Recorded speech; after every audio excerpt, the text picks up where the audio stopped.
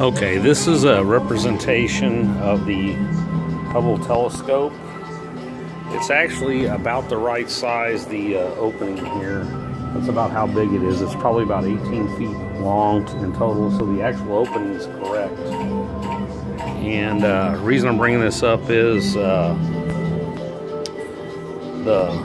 Hubble telescope isn't what it appears to be. This is the actual Hubble telescope. It's Sophia. There is no Hubble telescope up there. That they launched this fake thing up there, and there's a man named Robert Bisano, and he calls up NASA asking for Hubble data for a AI project he had, much like SETI, and it finally, after talking to the guy and he taped the conversation, the guy admits that the Hubble stuff comes from Sophia, and the Sophia plane can be fitted with 5 different things. They can do the near-infrared telescope. They can do an optic, and what they do is they fly it up to 45,000 feet, which is much higher than a normal plane. And they're actually wearing pressure suits up there, Sophia. So they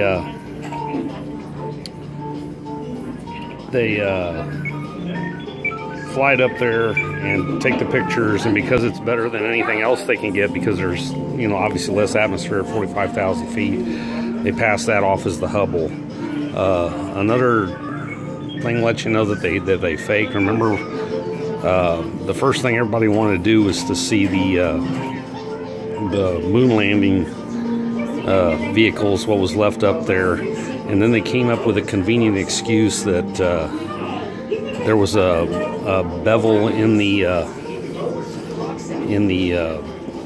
actual lens that wouldn't allow them to see it, because it was, so they can only see stuff real far. So they concentrated on what they said was an empty spot in the and found, you know, did the full 5,000 second co-adding, which they talk about here. And then they found in this blank space, because of the of concentrating on that one spot, they found you know, just all these galaxies that didn't show up earlier.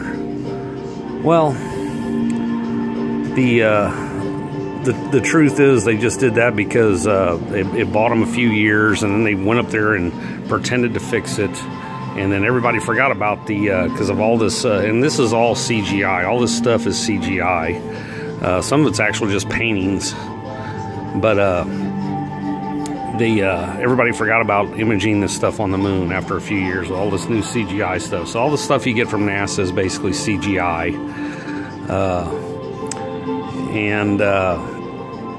I get this question a lot, so I want to address it. Well, we know we landed on the moon because you can fire a laser at the reflector that the astronauts left, and it comes back and it hits where you're at. Well, if you look at National Geographic, they in the early 60s they published an article where they could bounce lasers off the moon, and this is before John F. Kennedy even talked about landing on the moon. So you can fire a laser and hit the moon, it'll bounce back if you hit it at the right angle. Now, they claim that there's a 10 by 10 reflector on the moon, and that you get the coordinates in the Sea of Tranquility, and you fire it off and it comes back. Here's some things I'd like for you to keep in mind. According to NASA numbers, the Earth is spinning over 1,000 miles an hour at the equator. That means there's some point up here, if this was the globe, where you just turn around once in a day. So the speed of the Earth varies. So let's say you're firing that laser at about California. You're gonna have to figure out the apparent speed between the pole, which is 1,006 miles an hour, and 1 revolution per day up at the pole. And you say, well, you know, the light is instantaneous. It's not really instantaneous. It's 186,000 miles per second in a vacuum. Remember, for a little while you're going through air.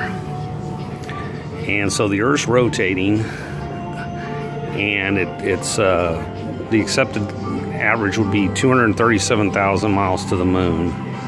So you've got to do the variable of that. So it's a second and some going up and a second and some coming back. And remember, your reflector's moving. So it wouldn't, you know, the reflector is supposedly shaped kind of like that, where it sends the light exactly the same place that it came from. Well, if you're moving 750 miles an hour and your optical photon gatherer is 10 by 10, much like the NASA supposed reflector on the moon is 10 by 10. If you ever saw the Big Bang Theory, where they fired a laser at the moon, their photon collector is about the same size. In 2 seconds, moving at 750 miles an hour, you're going to move several hundred yards. So a lot of these people convince themselves that they're firing and hitting the reflector when they're actually just bouncing it off the moon. That could happen. If you hit it at the right angle, it's going to come back anyway. Like I said, check it out. National Geographic talks about firing lasers and bouncing them off the moon. And this is all CGI that you see here. Anyway, NASA lies about pretty much everything here. Most of the photos you see of Earth from NASA are CGI. If you look through the years, the continents change size, and the clouds, the Earth rotates, but the clouds don't change. And you know, if you watch clouds, after a few minutes they dissipate. They don't stay the same. Like there'll be a say this was a cloud on the Earth's rotating, this cloud stays exactly the same as it goes all the way through the rotation. And then there'll be clone clouds. There'll be a cloud exactly here, and then they'll have another one and another one exactly the same. They never dissipate. And the continents change size through the year because they're just paintings, most of them, and they're CGI. They've gotten better at it, but they're still fake. Check out Bart Sabrell's A Funny Thing Happened on the Way to the Moon. Jay Weidner's got great stuff about the fake moon landing, and I've got more stuff at timbosplace.com. Please like and subscribe. I don't make any money off of doing any of this, but if you do like and subscribe, it helps on the algorithm of me getting more views on the search engine. Thank you. Bye.